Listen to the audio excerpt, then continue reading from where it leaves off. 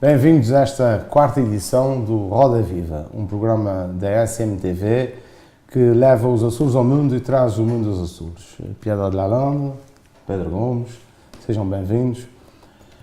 Esta semana, no 118º aniversário da República Portuguesa, Marcelo Rebelo de Sousa fez o habitual discurso à nação no edifício dos Passos do Conselho de Lisboa, à qual mandou os devidos recados. Com recados para as Forças Armadas, com recados para várias instituições da República, com recados para a própria democracia e para a cidadania. Dos recados que Marcelo Rebelo de Sousa mandou aos portugueses, algum que deva, da tua parte, algum destaque? Eu direi que o discurso do Presidente da República tem sempre muitas subtilezas e este não deixou de o ter. 10 minutos de subtilezas. 10 minutos de subtilezas. E o Presidente optou por uma fórmula que já vem sendo habitual nos discursos dele, que é de fazer um discurso histórico, neste caso sobre as vicissitudes da República, para poder identificar alguns problemas e sinalizar também algumas virtualidades. Eu creio que o Presidente da República fez, em primeiro lugar, o elogio da democracia. Da democracia representativa, da democracia que é controlada pelos cidadãos, que é controlada pela opinião pública, uma democracia moderna, próxima das pessoas. Fez também o elogio dos políticos que procuram aproximar-se dos cidadãos. Isto é, o elogio da democracia, dos representantes democraticamente eleitos que estão próximos das pessoas. E depois, como institucionalista que é, até porque o Presidente da República é também, por inerência de funções, Comandante Supremo das Forças Armadas, ele não deixou de fazer o elogio das Forças Armadas e lembrou que não há democracia sem Forças Armadas fortes. Aliás, noutros discursos anteriores, o Presidente da República, nomeadamente aqui nos Açores, no 10 de junho, o Presidente da República fez questão de sublinhar a importância das Forças Armadas na democracia portuguesa, na transição para a democracia e ao longo da nossa história recente, mesmo em monarquia. O papel das Forças Armadas é um papel essencial. E ele alertou, e bem, para que o papel e a importância das Forças Armadas numa democracia ocidental, liberal, como a nossa, não pode ficar beliscado por casos de corrupção que mancham efetivamente a instituição militar e que atingem também o poder político. Não deixou de ser, para mim, interessante que o discurso não tenha sido ouvido pelo Ministro da Defesa, que estava ausente das comemorações do 5 de outubro, na praça do município em Lisboa. E sendo o Ministro da Defesa Nacional, o Ministro que tutela as Forças Armadas, e estando no centro de um furacão político que envolve o problema do roubo das armas de tanques e depois a encenação da devolução das armas, num caso ainda de contornos desconhecidos e de desfecho imprevisível, mas que claramente beliscou a credibilidade do Ministro da Defesa, de Azeredo Lopes, e em relação ao qual os portugueses, eu pelo menos, tenho dúvidas sobre se ele está a falar a verdade ou não. E quando em política temos dúvidas se um responsável político está a falar a verdade, é porque de facto há razões para suspeitar que ele não está a falar a verdade. Os factos já confirmaram que ele não falou a verdade. Ele primeiro negou que não tinha conhecimento do assunto e depois mais tarde veio-se a confirmar que afinal o Ministro sabia da encenação, pelo menos. Pelo menos um dos visados do caso e um dos arguidos do caso diz que o Ministro saberia e que o chefe de gabinete do Ministro saberia. Este é um caso que afeta naturalmente a credibilidade do Ministro, a credibilidade do Governo, mas também a credibilidade e o prestígio das Forças Armadas. E o Presidente da República foi muito claro no discurso que faz ao ressalvar a importância de se manter umas Forças Armadas credíveis, sólidas e à margem destes problemas. No fundo, a dizer que é preciso apurar responsabilidades, é preciso que se saiba o que é que aconteceu e que se tirem daqui consequências. Um Presidente da República, que é também Comandante Supremo das Forças Armadas, fez um discurso absolutamente institucionalista neste 5 de outubro e aproveitou bem a ocasião para, na crista do problema político que está aqui em torno do Ministro da Defesa e do que ele sabe e do que não sabe, e deste problema do roubo das armas de tanques, o Presidente da República teve uma posição... O interesse nacional justifica encenações dessa natureza? Nunca. Não há justificação possível... Ao menos que o fizessem bem feito, não? Não, nem isso sequer, porque, pois, percebo o humor, naturalmente, a fazer-se... Aliás, vi declarações de um dos visados neste problema a dizer, bem, somos amadores, não temos experiência nisto e o processo da encenação não correu bem. Bem, isto é ridículo porque, ainda por cima, estamos a falar de um investigador da Polícia Judiciária Militar que investiga crimes de natureza militar e que ocorrem dentro da instituição militar. É fácil para dizer que os nossos investigadores não aprendem com os criminosos. Não. E, sobretudo, eu acho que não aprenderam, neste caso, a perceber o que é interesse nacional e o que é que não é interesse nacional. Em nenhuma circunstância, um caso destes e uma encenação daquela natureza justifica qualquer tipo de opacidade, qualquer tipo de conivência das chefias diretas ou do poder político, se é que essa conivência existiu. Existiu mal e o Ministro da Defesa deve ser responsabilizado por isso. Aliás, este Ministro é um Ministro muito frágil do ponto de vista político, tem revelado uma enorme fragilidade ao longo dos anos e eu creio que ou há aqui uma saída brilhante para este caso e os arguídos já constituídos dão um dito por não dito, ou então o Ministro da Defesa não vai ter grandes hipóteses a não ser mesmo demitir-se, embora o Primeiro-Ministro já tenha revelado, só para terminar, o Primeiro-Ministro já tenha revelado que nestes casos, e nos casos em que está em causa a confiança dos ministros, os tenta aguentar até o limite. Aconteceu isto com Constância Urbano de Sousa, que só mesmo no limite, e por exigência pública do Presidente da República, é que acabou por pedir a sua demissão da função. Neste caso, o Presidente da República mandou o recado, mas não fez a exigência pública de demissão do Ministro Azeredo Lopes, o que não quer dizer que não venha a fazer caso as contradições continuem a aparecer. Mas eu penso que o discurso do Presidente da República não tocou só, aliás, tocou muito indiretamente e de uma forma muito subtil nesta questão da credibilidade das Forças Armadas, apesar de que as Forças Armadas aparecem naquela reposição histórica que ele faz das várias décadas antes de 2018, portanto, em que ele começa desde 1910 e, portanto, vai década a década a identificar o que é que trouxe Aliás, à República. Queres que eu faça aqui uma correção que eu quando abri o programa, eu falei no 118º aniversário da República, ou 118º aniversário da República. Isto era a escrever um pouco a história do futuro, não é? Exatamente, já estávamos aqui.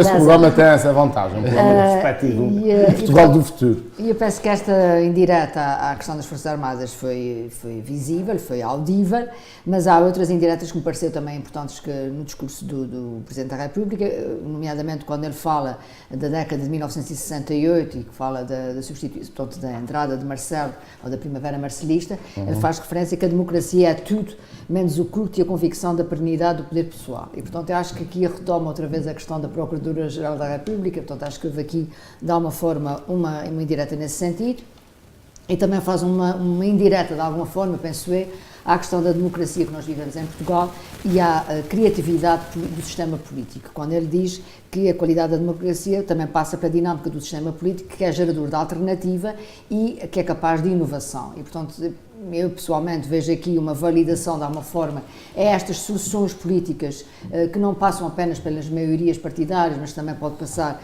pelos consensos, ou seja, ele até disse mesmo que não deve haver bloqueios para inovar soluções políticas. Portanto, eu acho que é um discurso de uma síntese, por um lado, histórica, de um enquadramento da realidade portuguesa atual e também de uma perspectiva de futuro. Ele começa e acaba o discurso a dizer que a democracia constrói-se todos os dias e que todos os dias nós construímos e destruímos a democracia. E eu acho que esse devolver a democracia aos cidadãos, aliás, as maiorias absolutas, pegando um bocadinho nessa leitura que a Piedade fez e na minha perspectiva, bem, as maiorias absolutas perigam a democracia. Não perigam, ou seja, mas não são por outras palavras, essa geringonça veio trazer mais democracia à República Portuguesa. Eu acho que veio trazer uma outra forma de negociar, digamos assim, as decisões políticas. E é importante esta flexibilidade e essa capacidade de falar à esquerda e à direita. Ou seja, é muito mais fácil, entre aspas, governar com maioria absoluta, porque não há discussão possível. O partido que está no poder e que possui a maioria absoluta, se quisermos dizer um bocadinho brincando, pode fazer orelhas mocas à oposição. Não deve, porque acho que em democracia a voz da oposição e as propostas da oposição ou de outras alternativas ou da sociedade dos cidadãos também devem ser ouvidas, mas é evidente que não tem que se questionar, não tem que negociar da mesma forma.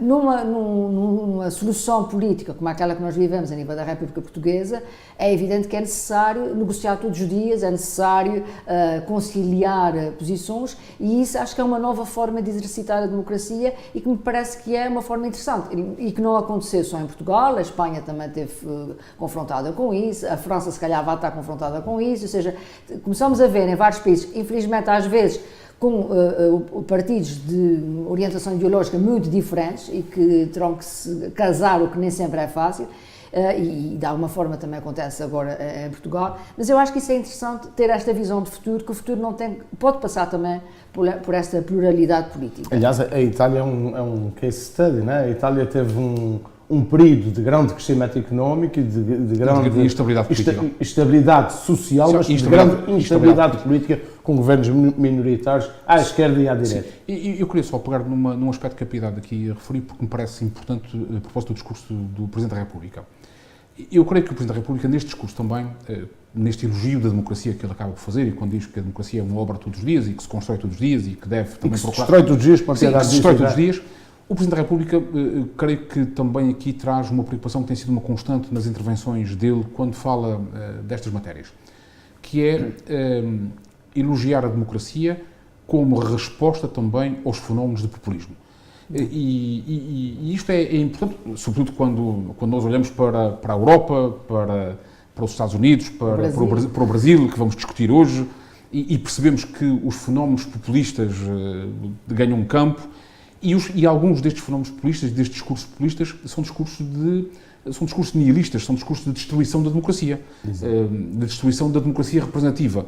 Dizer, a democracia não serve, as estruturas políticas não servem, precisamos inventar um outro sistema, um outro método de contacto direto com as pessoas, e o protagonista do discurso populista assume-se como ele próprio o mediador deste Salvador. O Salvador, exatamente, uma visão quase salvador, um caudilho, não é, para usarmos uma expressão clássica na ciência política, e o Presidente da República tem procurado trazer também ao debate e à discussão pública esta questão da democracia como defesa também. Eu acho interessante porque eu, por acaso, quando estava à procura do texto ou da comunicação que ele tinha feito no dia 5 de outubro, encontrei também uma intervenção que ele fez na véspera em Louros sobre a questão dos valores da República. E ele diz exatamente isso, ele diz que há que lutar contra o messianismo, o sebastianismo, o populismo, o egoísmo, a xenofobia e o racismo que não podem vencer no mundo. Portanto, há aqui esta visão de que a democracia e o próprio sistema, a República, podem ser garantes de um travão a estes movimentos que acabam por destruir a democracia. Portanto, se nós não tivermos atentos...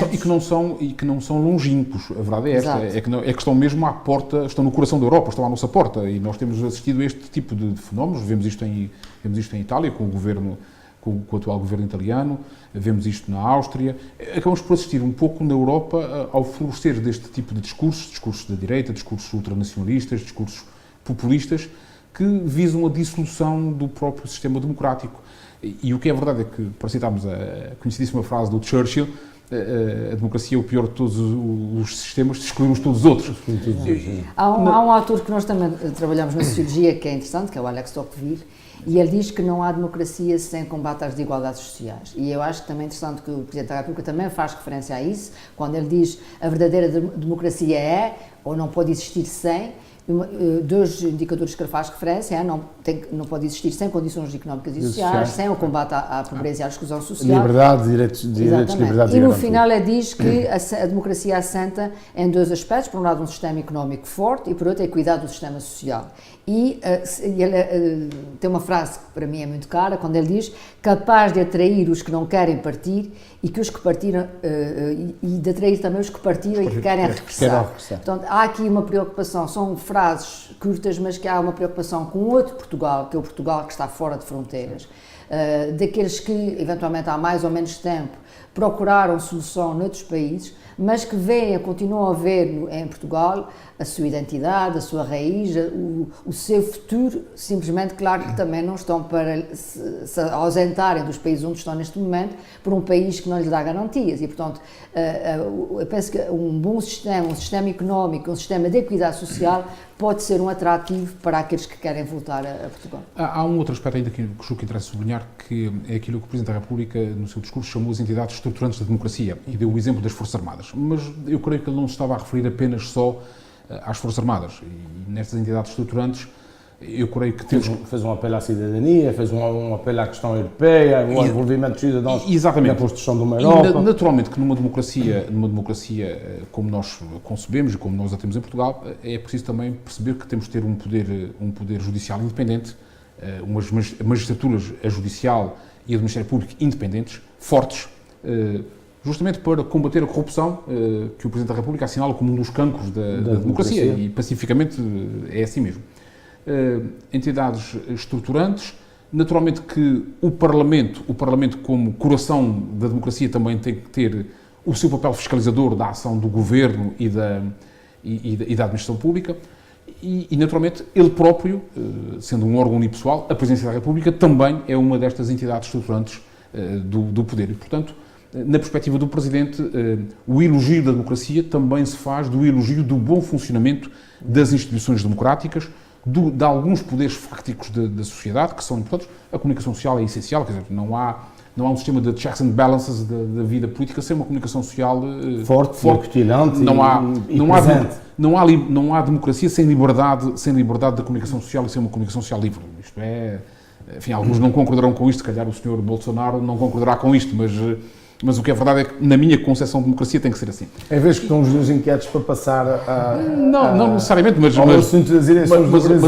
o que é verdade é que a questão do populismo está também como pano de fundo da intervenção de Marcelo Rebelo de Sousa, não só desta intervenção, das intervenções que o Presidente da República tem vindo a fazer. Mas ele teve consciência do momento que se estava a viver a nível do Brasil. Embora sem referir expressamente a questão do brasileiro, que não faria sentido. Um recado muito importante para o ano 2019, e que no fundo também tem a ver com atos eleitorais que estavam a decorrer na Europa e particularmente também no Brasil, que é as pessoas não se refugiem apenas no voto, ou seja, o voto é um ato de democracia. Sim, faz um apelo à cidadania, mas não apenas no momento da... Não é apenas o voto. As pessoas podem dizer, já fiz a minha cota parte de responsabilidade. Não, o cidadão tem que ser vigilante em relação aos atentados à democracia, para além do ato eleitoral. Há um bocadinho a tendência dos partidos políticos em Portugal de apelidar o cidadão como sociedade civil, como se os partidos não fossem da sociedade civil, né? E, de facto, depois também a vida partidária não é apelativa para quem está de fora e que muitas vezes culpa até os próprios partidos dos erros da democracia, muitas vezes com razão, não é? Sim, essa expressão da sociedade civil em Portugal é um pouco tributária de um livro... Quase que ninguém é da sociedade civil. Que esteve em voga na década de 80, da Shirley Williams, que falava em libertação da sociedade civil e os partidos incorporaram este discurso da libertação da sociedade civil e, portanto, dissociando-se da sua inserção na sociedade, quando os partidos são, de facto, também representativos da sociedade. São sociedade. E, quer dizer, quando os partidos têm orgulho em dizer que são partidos interclassistas, representativos de todos os setores da sociedade, quer dizer, eles estão sociedade civil na sua essência, com todas as suas virtudes e defeitos, organizadas. Os partidos têm um monopólio da representatividade, portanto, são eles a essência da sociedade civil. Não deviam ter. Mas vamos ter a reboque da petição que está a correr na República sobre a abertura do sistema eleitoral e a reboque do discurso do Presidente do Governo Regional dos Açores. Mas já agora sobre essa... Podemos até discutir esse assunto noutro programa.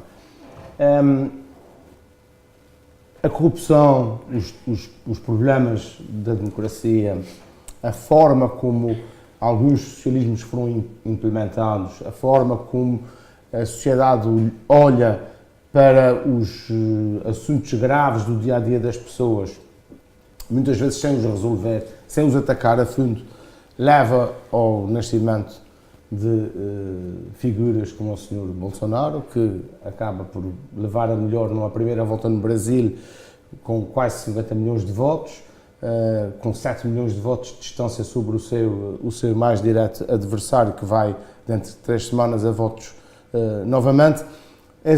Já assistimos a isso na Hungria, já assistimos a isso nas Filipinas, estamos a assistir um pouco pela Europa toda ao crescer dos partidos mais radicais, quer sejam à esquerda, quer sejam à direita, mais populistas. A democracia, os defeitos da democracia são os grandes culpados desse nascimento dos populismos. A democracia dá... Lula da Silva e o PT entregaram o Brasil ao populismo de Bolsonaro. Eu acho que Lula da Silva aqui também tem um peso importante na explicação do que se passa hoje em dia no Brasil. porque desde logo ele era o candidato até meados de setembro, né? Portanto, ao início de setembro. E Fernando Haddad só aparece já a um mês praticamente das eleições. E isso com certeza que fragilizou o candidato e que continua a ser o candidato do Lula da Silva. Portanto, é uma espécie de... eu, aliás... Alter ego. Exatamente, alter ego.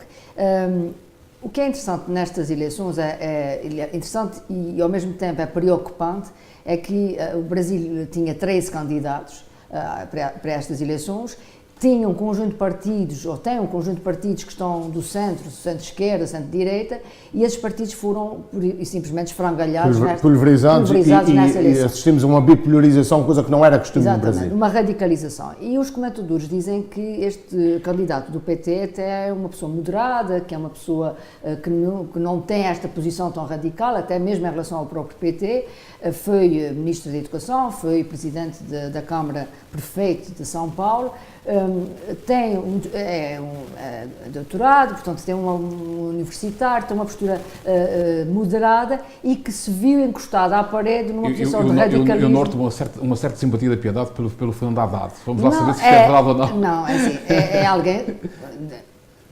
Em oposição ao Bolsonaro, podes crer que eu prefiro o Haddad sem dúvida nenhuma. Portanto, esse é um aspecto. Por outro lado, nós temos esta figura do Bolsonaro, e aliás, também foi interessante ver nos comentadores brasileiros que quer um, quer outro, até nem tinham uma grande projeção nas sondagens em termos de popularidade. Exato. Mas depois há aqui um evento que é importante, por um lado, que é o acidente ou o incidente que foi vítima Bolsonaro, portanto, ou seja, ter sido esfaqueado no meio da campanha eleitoral e que lhe transformou um pouco em mártir. E a partir daí houve um comportamento aparentemente eleitoral diferente por parte da população. Eu, quando fui ver a ficha de Bolsonaro, fiquei que... Neste caso, ficha limpa, não é? Exato, neste caso, ficha limpa. Pertence ao Partido Social Liberal, mas desde 1991 que ele é deputado federal, fez 7 mandatos por 5 partidos diferentes. Portanto, há aqui uma instabilidade ideológica, um certo catavento à procura, no fundo, do populismo que poderia ser e que foi a alavanca que o fez passar para a frente das eleições. Mas isso também pode representar que ele pessoalmente tem um valor eleitoral... Eu não sei se ele tem valor eleitoral porque ele evitou os debates em televisão, ele refugiou-se nas redes sociais... Mas isso é uma estratégia do populismo, claro, piedade. Claro, porque, claro. Aliás, basta ver que potenciou o medo da população. Claro, ele no domingo à noite, ao contrário do que é tradicional, os vencedores das eleições fazem uma conferência de imprensa, ele não fez isso. Fez um vídeo. Fez um vídeo que publicou nas redes sociais. Ele dispensa a comunicação social. Isto é típico de um caudilismo, que é falar diretamente às pessoas e dispensar a imprensa. É um tique que nós registramos. E Jair Bolsonaro fez isto muito bem. Durante um mês desapareceu da cena política diária, mas ocupou as redes sociais, as novas vias de comunicação, para, que é um risco para prescindir da mediação que a imprensa faz. E da sua própria fragilidade. Exatamente, da sua própria fragilidade. Faltou aos últimos debates, e provavelmente uma das grandes incógnitas agora nestas próximas 2 semanas até às eleições é saber se ele vai aceitar debater com Fernando Haddad ou não vai debater. Eu acho que não vai querer debater. Isso vai acontecer mais um esfaqueamento ou não? Ou a pretexto de razões clínicas não vai sair de casa e vai continuar a fazer isto desta maneira. E portanto, Jair Bolsonaro interpreta um discurso de caudilho contra a democracia representativa. Ele não gosta da democracia representativa. Ele gosta de uma... Mas é um facto que o falhanço das democracias representativas é que leva ao aparecimento de Bolsonaro, não é? O falhanço das democracias representativas, o falhanço das instituições, repare-se, eu acho que nós olhamos para a democracia brasileira e temos arrepios, não é?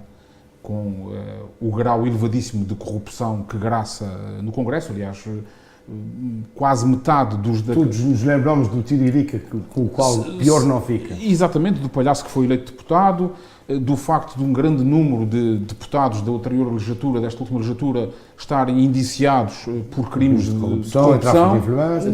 Há inclusive um índice que é publicado pelo The Economist, que é o índice da democracia, e que classifica o Brasil como uma democracia falhada. Portanto, nós, Portugal, temos uma democracia imperfeita nesse índice. Mas a falta de lastros, como aquela é falhada. Aquela é nitidamente falhada, mas ele conseguiu alianças na tal pulverização de partidos que existe a nível do Parlamento brasileiro. E dizem portanto, que ele tem o apoio da bancada do boi, que é os agricultores, portanto, que estão com ele, da bancada evangélica e da bancada da bala, que pede mão pesada na segurança pública. Claro. Portanto, ele conseguiu potenciar o medo da insegurança, o medo da entrada dos venezuelanos nas fronteiras brasileiras, portanto, ou seja... Um discurso xenófobo, nacionalista, de dureza, securitário.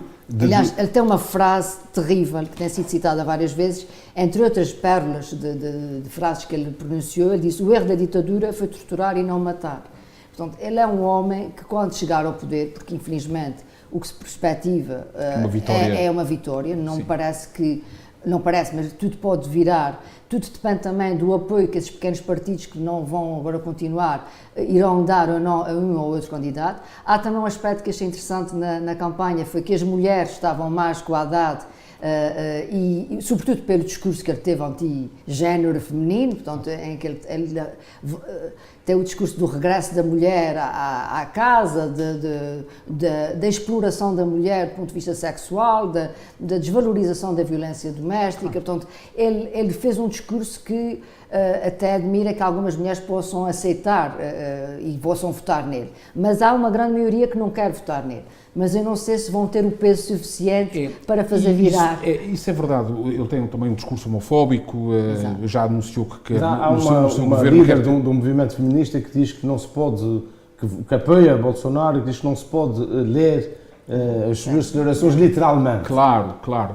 Mas o que há aqui é também uma coisa que creio que se sobrepõe a tudo isto, que é Bolsonaro parece um justiceiro da vida política brasileira. Um discurso justiceiro.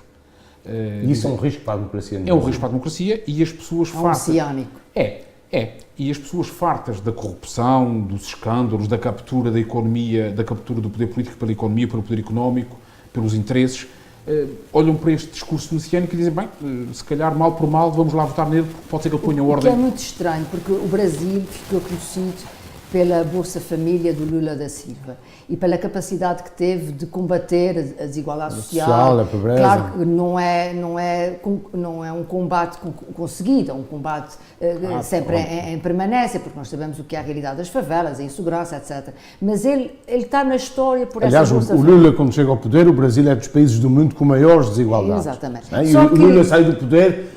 Apesar das histórias conhecidas, ele deixou um Brasil muito diferente. Exato, mas ele deixou ali um mal-estar na classe média, porque a classe média não convive muito bem com os apoios às classes desfavorecidas. E eu acho que isto teria corrido tudo bem se não tivesse havido a corrupção que houve. Exato. Eventualmente, se ele não estivesse na cadeia neste momento... E o PT acaba por se acantonar no Nordeste brasileiro, que é uma das zonas mais pobres do Brasil, onde, de facto, estas políticas tiveram uma enorme eficácia, uma grande influência. Aliás, a primeira campanha do Lula, um dos slogans da campanha era 3 refeições por dia para os brasileiros. Recordam-se disto e, portanto, era a identificação de um problema de pobreza extrema, de dificuldades económicas muito grandes, e o PT, não é nenhuma provocação, não, é PT. O PT acaba por ser vergastado eleitoralmente dos grandes centros urbanos, da classe média, e fica apenas refugiado numa zona mais pobre, no Nordeste brasileiro. E classe média, uma grande parte dela que ascendeu a essa durante os governos de Lula da Silva, que é... Este combate eleitoral não deixa espaço para um eleitorado moderado, a verdade é esta. Isto é um discurso muito radicalizado, ideologicamente muito radicalizado, um discurso de direita, claramente de direita. E aliás, que está radicalizando também a posição dos brasileiros. Claro. Aquilo que se ouve é que são umas eleições que geraram ódios e paixões. Essa era a pergunta que eu tinha precisamente para a Piedade. O discurso radical de Bolsonaro e o discurso demasiadamente moderado, digamos, do candidato do PT, leva a essa vontade dos brasileiros de irem para uma coisa diferente, para alguém que lhes dá alguma segurança. Eu penso isso que do ponto de vista sociológico, aquilo que o Pedro disse é importante, ou seja, nós temos que ver o estado em que o país está, não é? Portanto, ou seja, 25% da população está abaixo do limiar da pobreza, 48 milhões não têm água em condições, não há saneamento básico, eu registrei 62 mil brasileiros que são assassinados em cada ano e em 100 assassinados, 71 são de negros. Portanto, o fenómeno do racismo, o fenómeno das desigualdades económicas, da insegurança, continua lá, continua a fazer parte. E este equilíbrio, de alguma forma, o PT de Lula, vamos assim dizer, conseguia conter. Já não foi tanto com Dilma, mas o PT de Lula ainda conseguia conter. Eu penso é que este candidato Haddad não teve espaço para se afirmar com um discurso alternativo a essa insegurança. E eu até ouvi ontem que ele teria ido procurar conselho Lula da Silva à prisão. Eu não sei se é uma boa estratégia, alguém que se tem que afirmar como uma lefada de ar fresco, que traz uma outra forma do PT lidar com a realidade brasileira, ir aconselhar-se com uma figura que é importante, que fez parte da história, com certeza que marcou, como nós dissemos, a história do Brasil, mas que neste momento não está a julgo. O que está a julgo é Haddad contra Bolsonaro. Não está a julgo, e se estiver a julgo está com a marca da corrupção, do tráfico de influências e tudo. E, portanto, há uma jornalista do Expresso que diz uma coisa, só para concluir esta ideia, é que os brasileiros estão assustados. E às vezes, quando alguém está assustado, julga que a força pode ser uma forma de resolver o problema. Claro. Agora, o sistema brasileiro é um sistema presidencial. O Presidente não governa sozinho, depende do Congresso para governar. Já aqui foi disse a Piedade que há uma pulverização eleitoral muito grande no Congresso. Aliás, essa pulverização aumentou. Os partidos tradicionais, os dois grandes partidos tradicionais foram praticamente varridos eleitoralmente. Temos uma pulverização eleitoral de mais de 30 partidos no Congresso. Isto vai obrigar o Presidente a fazer negociações diárias numa larga geringonça, com certeza. Usamos aqui a expressão que já é um clássico da vida política. Agora, há uma questão aqui que é muito diferente, que é, em vários países da América foi adotado o modelo americano, o modelo do sistema presidencial, mas o que é verdade é que nós não temos uma sociedade civil nem instituições tão fortes como temos nos Estados Unidos. E as instituições nos Estados Unidos, de facto, controlam o poder executivo. A sociedade civil controla o poder executivo. A comunicação social livre controla o poder. Nós não assistimos a nada disto na América Latina. Na América do Sul isto não existe. Temos os sistemas presidenciais que depois degeneram em caudilhismos clássicos, exato, em peronismos historicamente marcados. E o Brasil corre, de facto, este risco, que é com Bolsonaro, com o tipo de discurso e de atitude que ele está aqui a adotar, que é um discurso de moralização da vida política e de político à corrupção, a favor da liberdade. Exatamente. Nós conhecemos, se formos olhar para a história, de alguns populistas, de alguns ditadores, de alguns fascistas, se quisermos, nós retiramos a data aos discursos e vemos a repetição destes chavões aqui no discurso de Bolsonaro. Agora, conseguirá o Congresso brasileiro fazer contrapoder e travar algumas destas iniciativas do Presidente? Bem, é uma incógnita. Poderá a democracia brasileira sobreviver a Bolsonaro? Não sei. Agora, os brasileiros às vezes gostam deste tipo de discurso. Eu estava aqui a lembrar-me, enquanto a Piedade falava, estava a lembrar da eleição trágica de Fernando Collor de Mello. Collor de Mello era o caçador de marajás. Exato. O homem que ganha a eleição, que vem de governador do seu estado e chega ao Palácio do Planalto contra os privilégios da classe dominante, contra a influência dos grandes. E que depois é afastado pela corrupção. Exatamente, e depois que é contaminado pela corrupção. Portanto, isto é, nós olharmos a história recente do Brasil, nós vemos este registro muitas vezes. O que é verdade é que a democracia brasileira... Aliás, isso é a história da Ibero-América. Exatamente, sim. Nós, inclusive na Europa, quando estamos um país que entra nessas fraquezas, costumamos brincar e dizer que isto aqui na América Latina, não é? E o que é verdade é que nós hoje, ao conceito de Estado falhado, que é um conceito clássico da teoria do Estado, hoje juntamos o conceito também já que entra no domínio da ciência política das democracias falhadas.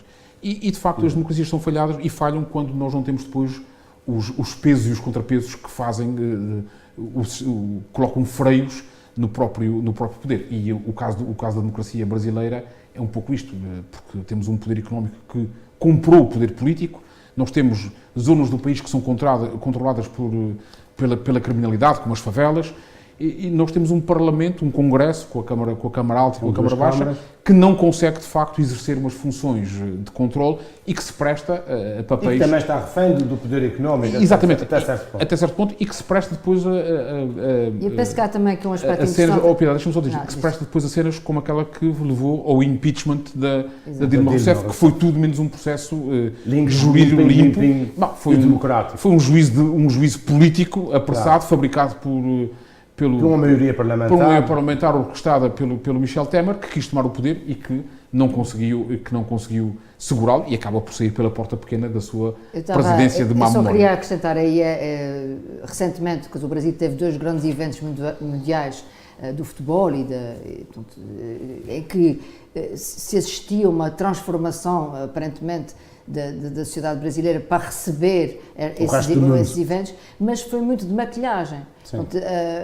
Aliás, havia uma estratégia nas favelas, de pacificação das favelas, mas no fundo o objetivo era mostrar uma cara que não correspondia à realidade. E, portanto, os problemas estavam lá, tipo panela de pressão. E essa panela de pressão, que não estava resolvida, agora manifestou-se de uma forma... Os grandes eventos mundiais têm essa função, de maquiar um pouco aquilo que se passa de facto num país para dar uma imagem diferente. Sejam eles em democracia ou em ditadura, como no caso português, a grande expressão do mundo português. No caso alemão, dos Jogos Olímpicos. E criou-se aqui aliás, está-se a manifestar um fenómeno que é típico dos tempos que depois avizinham a vinda dos ditadores ou dos que vêm com o poder absoluto, que é um aumento do individualismo. As pessoas não querem saber do outro, não estão preocupados com o tal imigrante que vem à procura de paz e de trabalho porque foge da fome. As pessoas querem o seu problema resolvido. E, portanto, quando começa a haver demasiado individualismo, há um campo favorável para uma figura de protetor, porque muitas vezes estes déspotas e estes ditadores surgem como uma espécie como messias, como protetores, os protetores da sociedade. O populista é isso mesmo, é aquele que se arroga protetor do seu povo. Não é? Nós vamos passar a um terceiro tema neste nosso programa, um tema mais regional. Por estes dias ficamos a conhecer a anteproposta de plano para 2019, um plano de investimentos que nos traz 763 milhões de euros de investimento global, com 511 deles públicos, estritamente públicos, e a serem executados pelos departamentos do Governo Regional dos Açores. Nós sabemos que entre o planeado e o executado vai uma distância de 60%. É histórico, é mais ou menos o número que Dion Browns tem registado. Espera-se que, de facto, 2019 seja o ano do lançamento da economia dos Açores por via do keynesianismo, do investimento público, e que, de facto, os Açores vejam um investimento de 511 milhões de euros por parte dos departamentos governamentais. Eu acho que a pergunta que temos que fazer quando falamos desta anteproposta do plano é de que anteproposta do plano é que falamos quando falamos da anteproposta do plano. Isto parece uma piada, mas é de facto verdade, porque... Sim, porque a grande parte das verbas transitam de plano para plano. Pior... verbas, projetos, etc. É verdade. E esta é uma marca d'água de governação do PS nos Açores. E olhando para estes números com seriedade, nós temos que dizer que... Eu diria que é uma marca de selo branco, mas não é propriamente uma marca d'água. Estes 763 milhões não me perturbam, ou por outra, não me impressionam e perturbam porque eles não são verdadeiros. Eles não são verdadeiros porque, ao olharmos para o histórico das execuções do plano ao longo destes últimos anos, nós vemos que este número não corresponde, de facto, à realidade. Basta vermos que o plano de 2017, e eu trouxe que tenho aqui a cábula para não me enganar no número, teve uma execução de 72,2%, e que em 2016 foi de 70%. Aliás, se quisermos ir à última legislatura, foi apenas de 73%. O que significa que praticamente 30% deste montante é um montante que temos que retirar no final do ano e dizer, não foi investido, não foi executado. O Governo Regional não teve capacidade de executar. Mas se daí tirarmos o investimento das empresas públicas e o investimento privado, naturalmente, que tem a ver com os fundos estruturais, ficamos com 40%. Exatamente. Isto distorce toda a análise que possamos fazer. O Governo diz sempre, maior plano de investimentos dos Açores. Este é o discurso habitual anualmente. E no plano há. Nominalmente proposta de plano. É mais 9 milhões de euros do que o plano anterior. Sobre proposta de plano, sobre proposta de plano, é de facto assim. Matematicamente é assim. Os números estão lá, não mentem, é sempre maior do que o do ano anterior. A execução é que piora. E depois, para olharmos para esta proposta, nós também temos que olhar para aquilo que foi executado, de facto, em áreas estratégicas para os Açores. E se percebermos que da execução, uma área estratégica para os Açores, como o mar, que não precisa sequer de referência quanto à sua importância, teve uma execução de apenas 57%. Isto é preocupante. É preocupante. Ou uma área da agricultura, um setor primordial para os Açores. Os Açores que produzem 30% do leite nacional. Teve uma execução de 71% no ano de 2017. Ou a saúde, 63%. O ambiente, 69%. Nós olhamos para estes números e dizemos, de facto, à baixa capacidade de execução corresponde uma baixíssima capacidade de escolher prioridades políticas. Não há como dar a volta a isto. Não me interessa muito olhar para esta proposta de plano porque ela é oca de conteúdo, porque eu sei que estou a discutir uma coisa que não existe. Eu sei que 30% deste montante é um montante que não vai ser executado. Isto distorce depois toda a realidade, porque o plano vai ser revisto, vamos ter aqui uma série de alterações entre rubricas orçamentais, entre programas do plano, melhor dizendo, e quando daqui a 6 meses nós estivermos a discutir este plano, não estamos a discutir o plano que estamos a discutir hoje. Estamos a discutir uma realidade completamente diferente. Agora, o que é verdade é que este plano e esta anteproposta de plano, melhor dizendo, não traduz de facto uma mudança de estratégia de desenvolvimento económico dos Açores que projete um crescimento económico dos Açores. Esta é que é a verdade. A distribuição continua a ser por áreas, continua a ser tradicional. Nós temos aqui um conjunto de montantes que estão circunscritos a obrigações que este Governo Regional assumiu e que representam uma larguíssima fatia dos montantes deste plano. Estamos a falar aqui da parceria público-privada do Hospital de Angra, 11 milhões de euros, e estes são valores reais porque têm que ser pagos, não é? Exato. Nós estamos a falar de... Estes vão ser executados. Estes não têm hipótese de não serem executados. Nós estamos a falar de 35 milhões das SCUTs, nós estamos a falar da concessão de transporte aéreo, que são 26 milhões de euros. Nós estamos a falar... Eu tenho aqui uma cábula para não me enganar destes números. Nós estamos a falar do Serviço Público de Transportes Marítimos, que são 10 milhões de euros, e depois a concessão dos aeródromos da região, que são mais 1.750.000 euros. Portanto, nós temos aqui 85 milhões, quase 86 milhões de euros, que estão identificados, e estes vão ser executados porque são obrigações. Isto é, se aos 535 milhões tirarmos isto, já sobra bastante. 511 já sobra muito menos, e portanto não posso discutir opções de distribuição de um anteproposta de plano que eu sei que não são verdadeiras e que não correspondem a uma... A piedade costuma dizer que o plano é um documento árido, né? E a discussão à sua volta também é relativamente árida.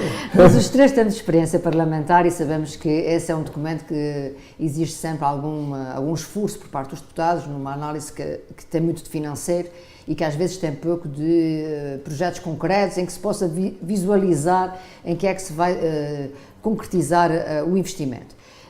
O que é óbvio e evidente no plano e que já vem sendo de trás e que de alguma forma tem a ver com a nossa, diria, dependência dos fundos estruturais, porque no fundo há aqui uma boa fatia deste investimento que vem de fundos estruturais, em que a região complementa esses investimentos, sobretudo as obras, né? Portanto, ou seja, nós quando vemos as obras, é evidente que as obras aparecem ali todas identificadas, algumas delas para iniciar e outras em fase de conclusão. O Sr. Vice-Presidente terá dito que havia neste plano mais verba da região porque os fundos estavam na fase final e, portanto, que muitas das obras estavam executadas. A realidade é que elas aparecem no plano para 2019.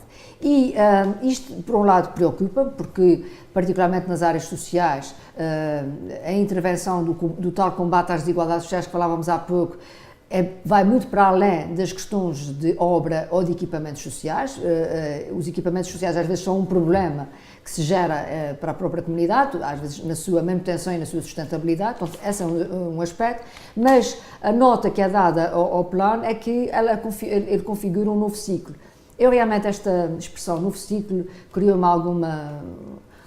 A música parecia-me já ter sido ouvida, e é um facto que o Sr. Vice-Presidente, em novembro de 2017, referiu que a proposta de plano plano e orçamento para o próximo ano, portanto, que era 2018, marca o início de um novo ciclo de desenvolvimento. E em 2014 também referi que a recuperação económica e a retoma da atividade produtiva estava aí. Portanto, ou seja, este alimentar da esperança é importante e deve ser quem é responsável pelas finanças da região, obviamente, que tem este papel. Não nos pode vir dizer que isso está tudo mal, não é?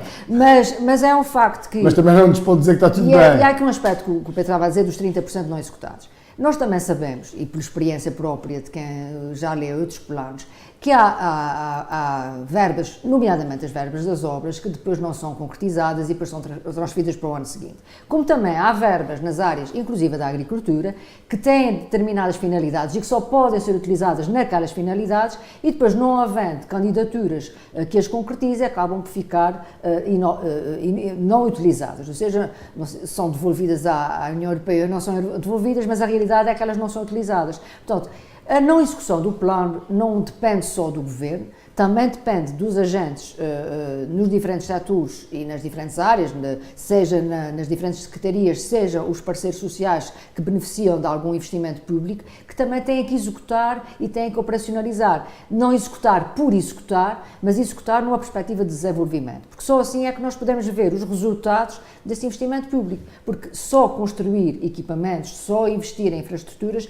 penso que é muito pouco para o desenvolvimento da região. Eu sou muito sensível às áreas da ação social, sou sensível às áreas de investigação e desenvolvimento, e uma das coisas, por exemplo, que eu vejo, as verbas que existem para a investigação são essencialmente para as empresas. Portanto, não há investigação fora das empresas, não há investigação dita essencial ou aquela que a Universidade dos Açores, por exemplo, pode desenvolver. Há verbas disponíveis para que as empresas possam inovar nos seus produtos. Penso que é muito pouco para quem perspectiva o futuro da região e para quem quer suportar a decisão política com fundamento científico, porque a ciência serve para isso. A investigação em diferentes áreas serve para suportar a decisão política de uma forma As empresas ainda não olham para a ciência e para a investigação como um ativo, digamos. E provavelmente vão desperdiçar essas verbas que são disponibilizadas. Nós olhamos para este plano, se retirarmos os valores, nós vemos a distribuição tradicional da 3, 4, 5, 6, 7, 8, 9, 10 anos. A verdade é esta.